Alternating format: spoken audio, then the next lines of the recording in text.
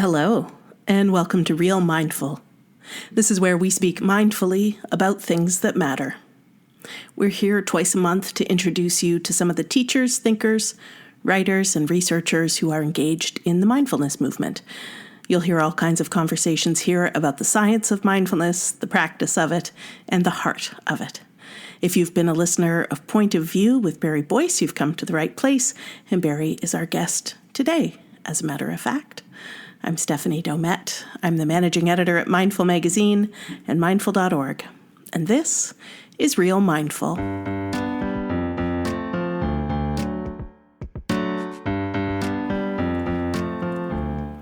Barry Boyce is the founding editor of Mindful and mindful.org, and in every issue of the magazine, he writes the back page column Point of View.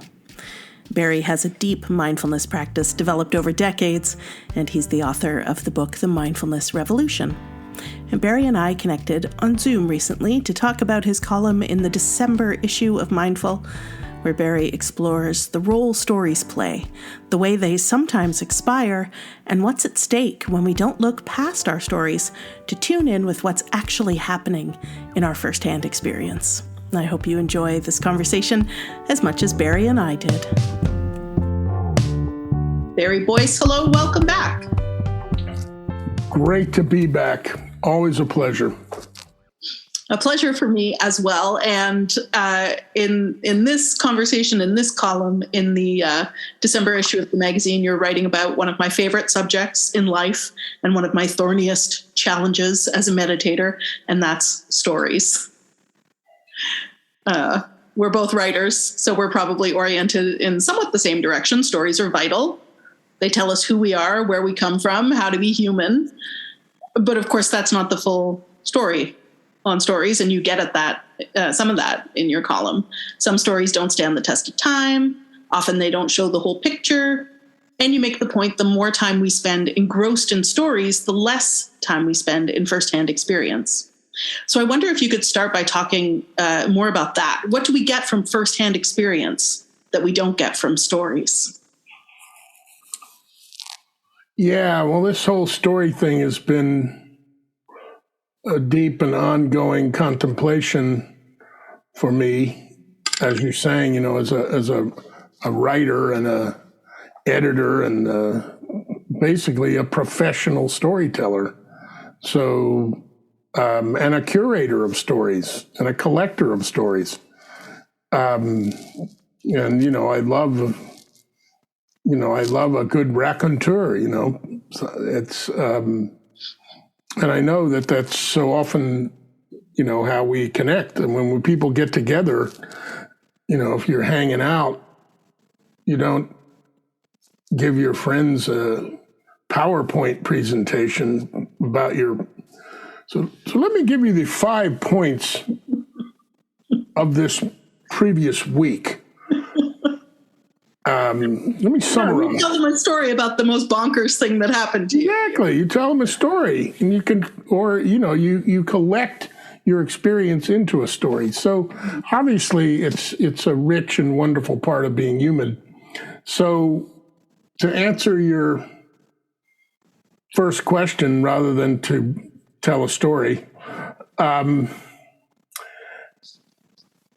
was inspired to talk about direct experience based on some discussions I've been having with some mindfulness teacher friends who've been emphasizing in their experience working with teaching people meditation, the value of our sense of where we are, our proprioception, that it's kind of like even before you do any formal meditation with somebody or for yourself, if you can just get yourself to, like right now, listener, just touch something. Like I'm touching my laptop. It's warm, right? That sensory experience is really immediate. or if I just reach over here and drink some water, I mean, it's water. It doesn't have a lot of taste to it, but it's a whole experience. And, it's been pointed out that, you go back really far in human history, our sensory engagement on a daily basis would be necessarily more intense than we have now. For example, to get that water, you'd do more than reach for your glass, wouldn't you? Exactly. Yeah. I would have to walk somewhere, likely, and, maybe turn a crank, or, there'd be, so much more involved in just leading our daily life that would keep us on the ground. So,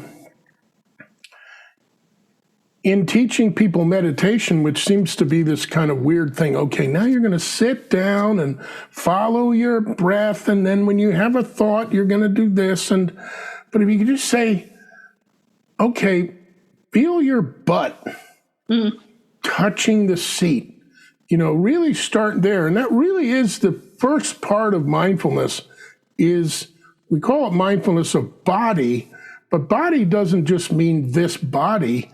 It's mindfulness of your sensory field and that you are someplace.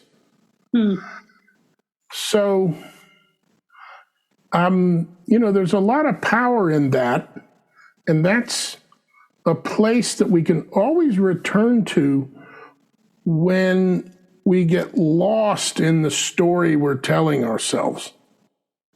Yeah. I think that's an important aspect of this.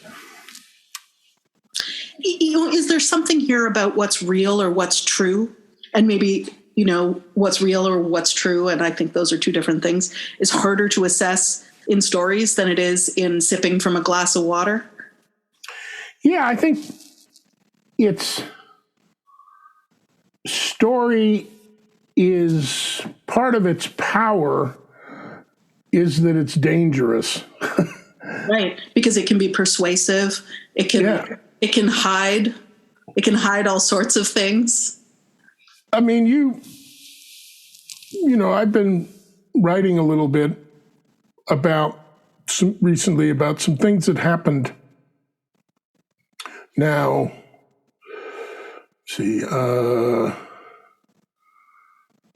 55 years ago.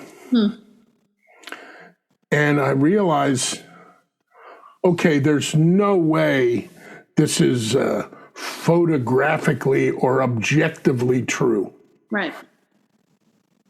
And, if I publish this, I may have to put some quotes. All stories that are old, that are people's memoirs from like childhood or something, should carry that kind of disclaimer. Yeah. There's no way that that what I'm recollecting isn't a narration that I'm creating on the spot from fragments. So when we try to think about, okay, what happened yesterday when I had that argument with Jane? And when you start constructing that narrative of what happened,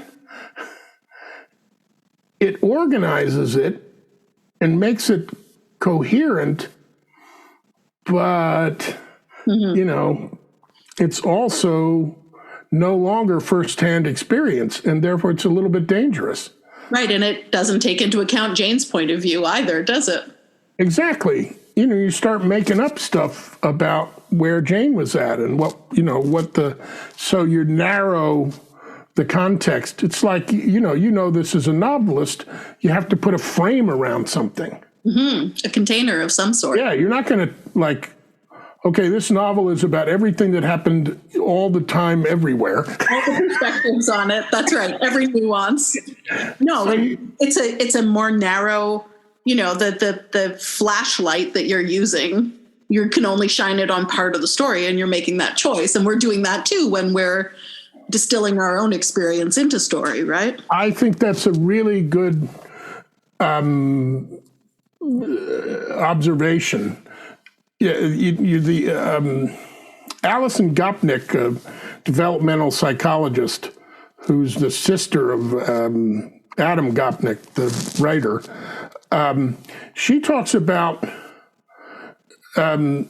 the childhood brain and the difference between the flashlight and the searchlight, or the lantern. She talks about the flashlight and the lantern. So, when we focus that flashlight in order to make a coherent story, what are we leaving out at the edges? The lantern kind of is that where we're stepping back and loosening the desire to make it all coherent. And it's not like one is bad and the other is good, but we need both. Right. Right. I'm like having this moment of realization of just that drive toward coherence has been my whole life. Like that's really strongly been my orientation. Let me take these things and let me make them somehow make sense.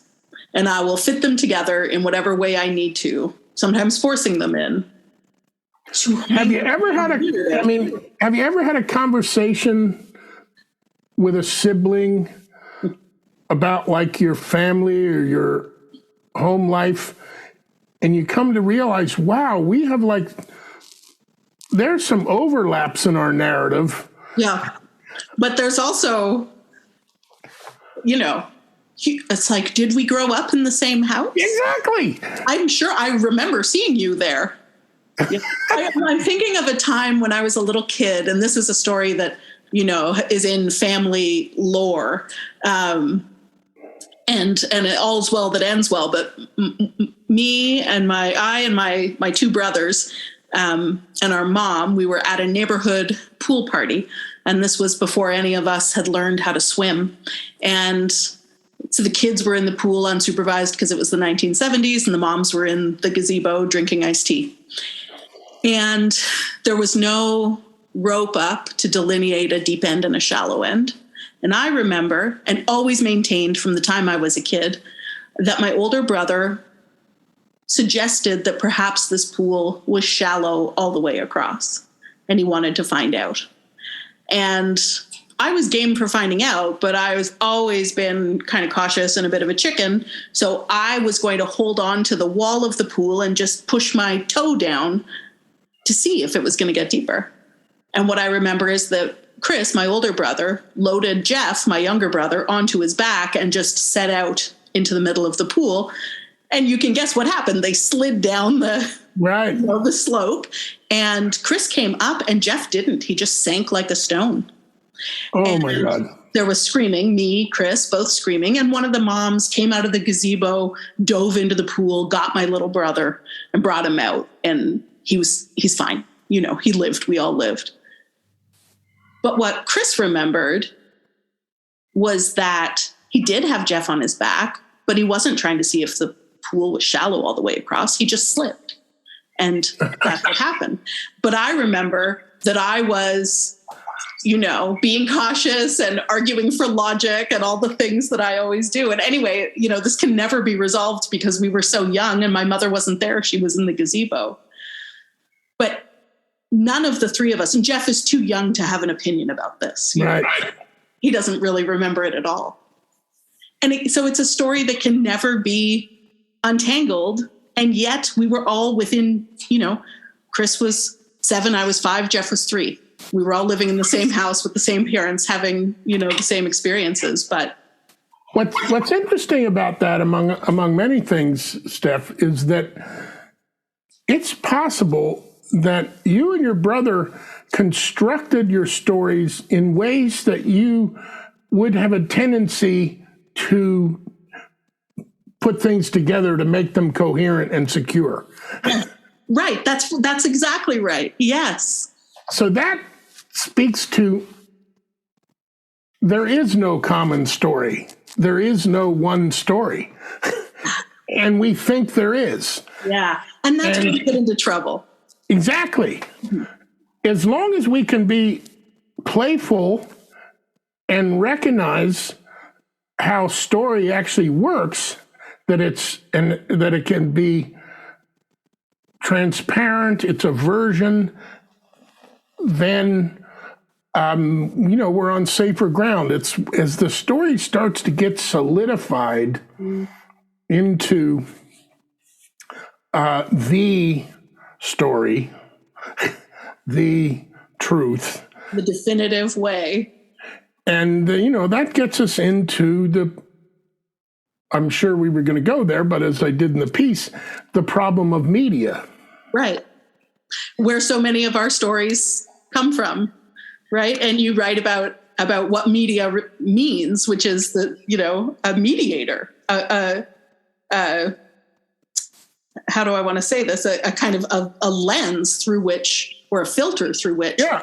Well, media sits in the middle. Yeah. Between your mind and firsthand experience. Right. And media organizations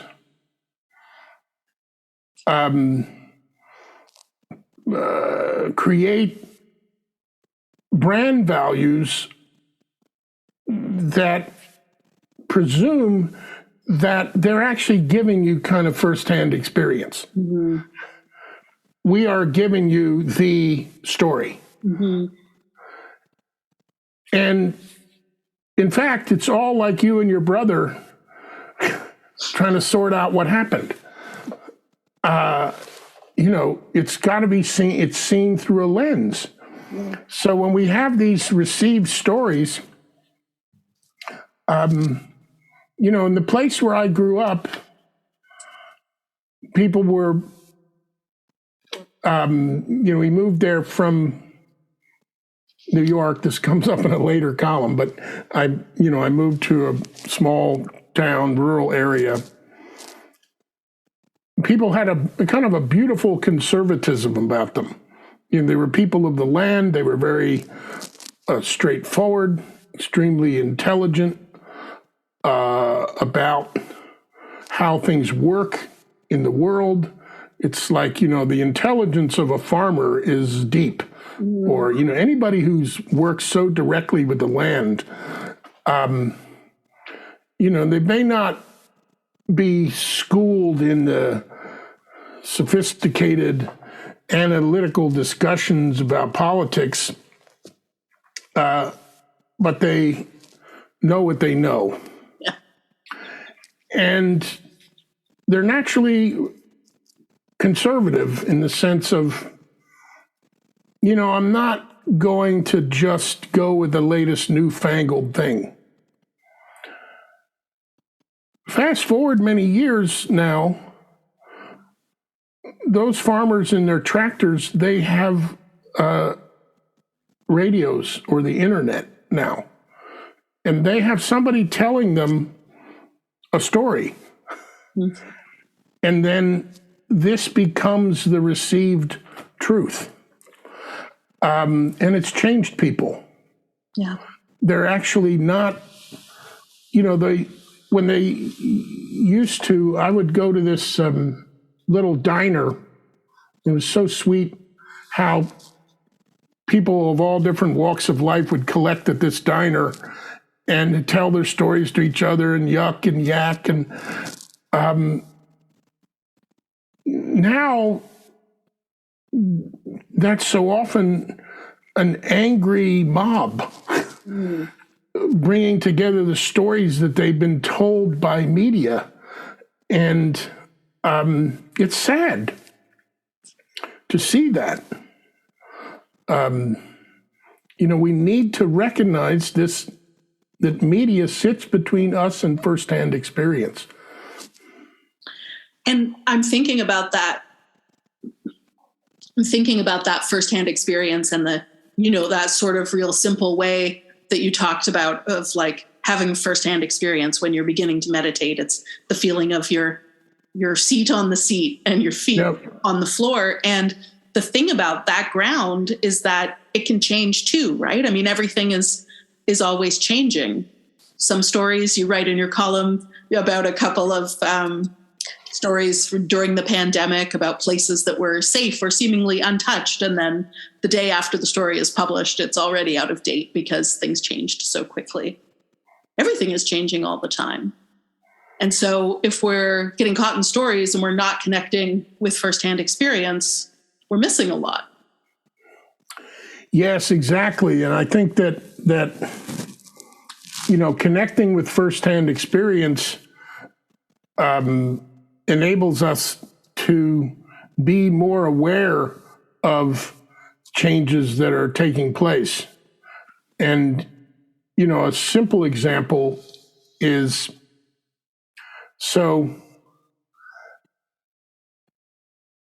I've been as guilty as anybody of taking up too much space in a room in talking, and so let's say you're hanging out, you're telling your story and you're getting into it and having fun telling it.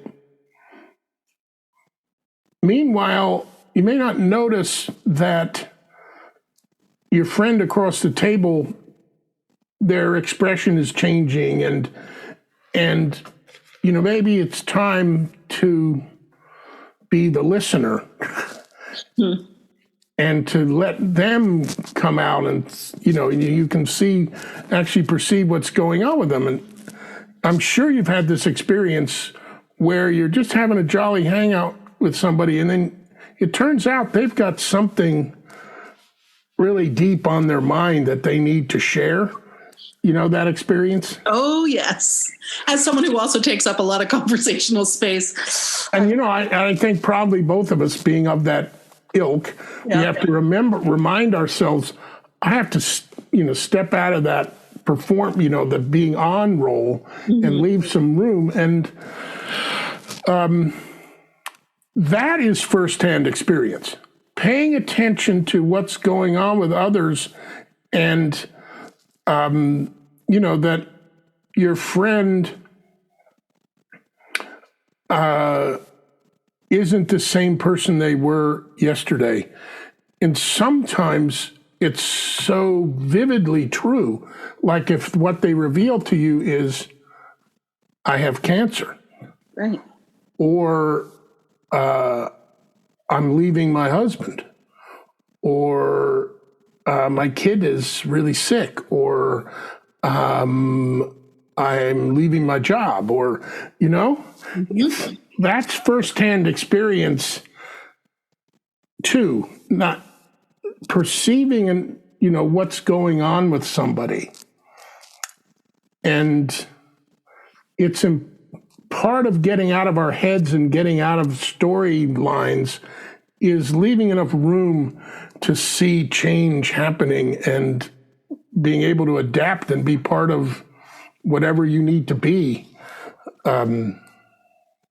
to respond.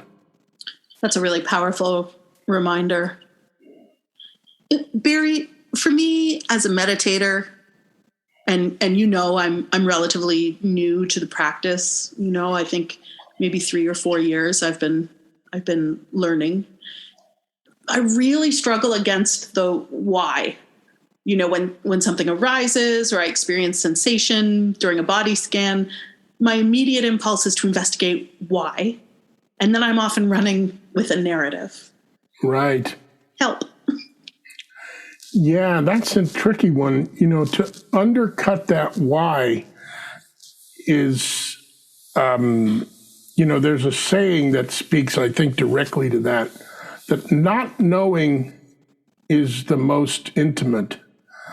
That you need some kind of something that suspends the part of your mind that wants to find the problem.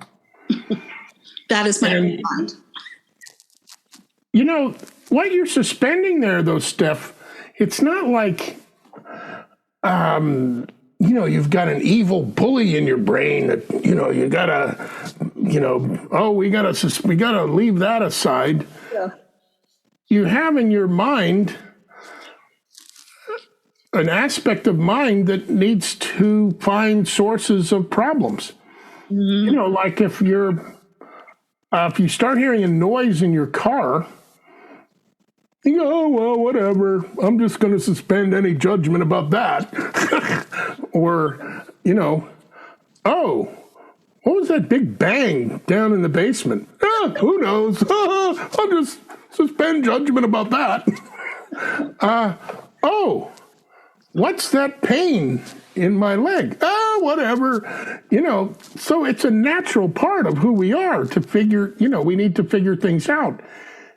However, mindfulness meditation is a space where we can suspend that and have some faith that for these subtler things, they take a little bit longer time to unfold. Because you're getting to know yourself in more and more intimate ways, as some people have said, you know, classic analogy, there are more and more layers to this onion. And, you know, think of somebody you've known like 25 years, 30 years, the phases of getting to know someone and knowing them during one aspect of their life where you thought they were one kind of person, and then, you know, or, you know, you get these more complex relationships where somebody is your hero and then they screw over a close friend of yours, and then you realize, oh, how do I reorient that? Do I hate this person now? Or, so getting to know ourselves is a slow process. So it's helpful to suspend quickly trying to figure things out. Does that make any sense? That makes perfect sense. It's the quickly part. It's the quickly part. I don't have to put aside my, you know, my problem-solving brain, which is a part of my brain that I really prize quite highly. And so does everyone I know. I'm the problem solver in every group that I'm in. As you know, I'm one of the problem solvers at Mindful as well. I don't have to put that aside. I just don't have to always be in it. And I don't have to emerge with the answer immediately. Yeah, it's a situation where, you know, if you're sitting quietly, stuff will bubble up, and you're going to have to give that time to unfold. It'll be there again. Right. There's no expiry on these things. Yeah, it'll be there again. It has some, you know, if it's meaningful, it has some persistence, and so I think that's a really important point that we kind of stumbled onto there, is that, you know, there's not, meditation isn't about, okay, I have these bad habits of how I think and I should just, so one of them is judgment and problem solving. No, that's a good thing. Hello. It's just about suspending the speed of it. Because, you know, it's not emergent. Right. You can, you know what, a really good example is again about this getting to know somebody.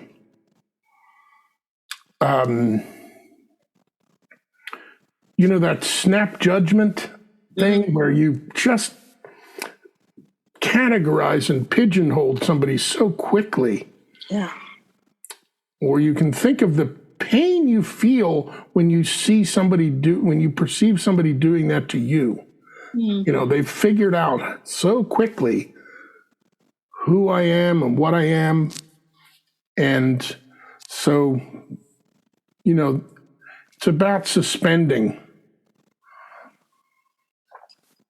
Making that bit of space so that your wisdom and your discernment have a place to be.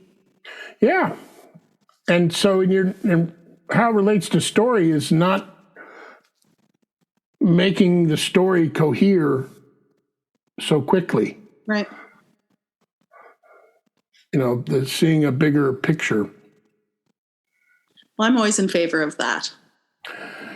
So we want to preserve part of this piece, and part of our discussion here is we want to preserve a place for storytelling, for God's sake. Oh my gosh, we better, or you and I are both out of luck and out of work. Yeah, exactly. We're done. We're toast. Back it up. So when mindfulness instructions say, to, notice the storytelling and drop it, I hope we have a little more clarity here about what that means. It's not a blanket repudiation of all storytelling, because the culture would come to a grinding halt, and as you say, we'd lose our jobs. So, yay, storytelling. Stories. Just be careful. I'll accept those cautionary words. Barry, it's always such a pleasure to talk with you. Hey, thanks. It was a blast. And can't wait to do it next time. Bye, everyone. You can read Barry's point of view column in the December 2021 issue of Mindful, or find it at mindful.org. If you enjoyed this episode of Real Mindful, will you consider leaving us a review? You can do that wherever you find your favorite podcasts, and your review can help other listeners decide whether to take a chance on Real Mindful. You can write to us as well about anything you hear on this podcast. Drop us a line at yourwords@mindful.org. And speaking of podcasts, we also have a weekly practice podcast that we call 12-Minute Meditation. It's based on an idea that's arising out of the latest neuroscientific research that reveals that 12 minutes of meditation a day can be enough to yield benefits like increased focus, clarity, calm, compassion, and we're always interested in helping you with that. So every week we deliver a fresh mindfulness practice right into your ears from a leading mindfulness expert. You can subscribe to 12-Minute Meditation wherever you find your favorite podcasts. We'll be back with another episode of Real Mindful. Until then, may all your narratives be on the page.